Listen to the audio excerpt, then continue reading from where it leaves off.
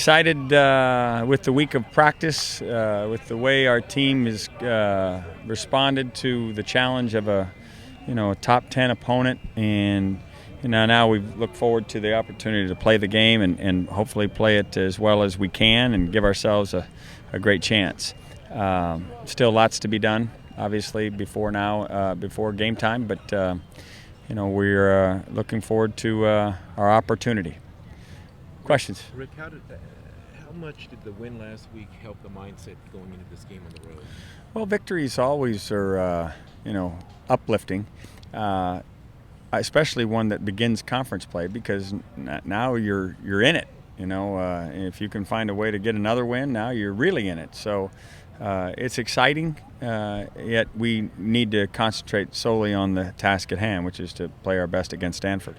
What sort of physical toll does playing Stanford exert, and how can you get prepared for that? Well, you understand, as you do in prize fighting, that you're going in against somebody that likes to punch, likes to slug.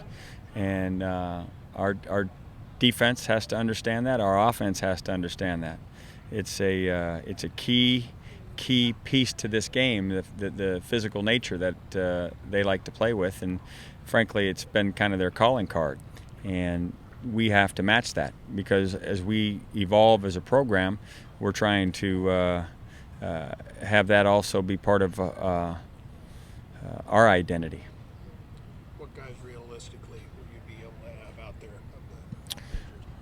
We'll get there with a bunch of able-bodied guys that are excited to play. The guys that have been sitting out, who realistically has a shot at? Those will all be game time decisions. We've got a number of kids that are dying to play, that are listed right now as questionable and doubtful and all that kind of stuff. We'll just have to wait and see on game time. Certainly they've played a lot of football and will be missed if not available, but certainly if they can play, we'd like to have them. Does Glenn have a leg issue? Glenn's got a little bit of a hamstring issue, but we're hopeful that he can be ready to go. Are you not only surprised by how quickly Stanford's turned things around, but to the extent that they have? Well, I mean, it's a proven formula over the years that if you get a great quarterback, you can usually do some good things around him, and they certainly, that's not to take away from the other terrific players in their program, but that quarterback allows them to really tee off and have some opportunities, because there's very few mistakes made on the offensive side. Are they a national player now in your mind?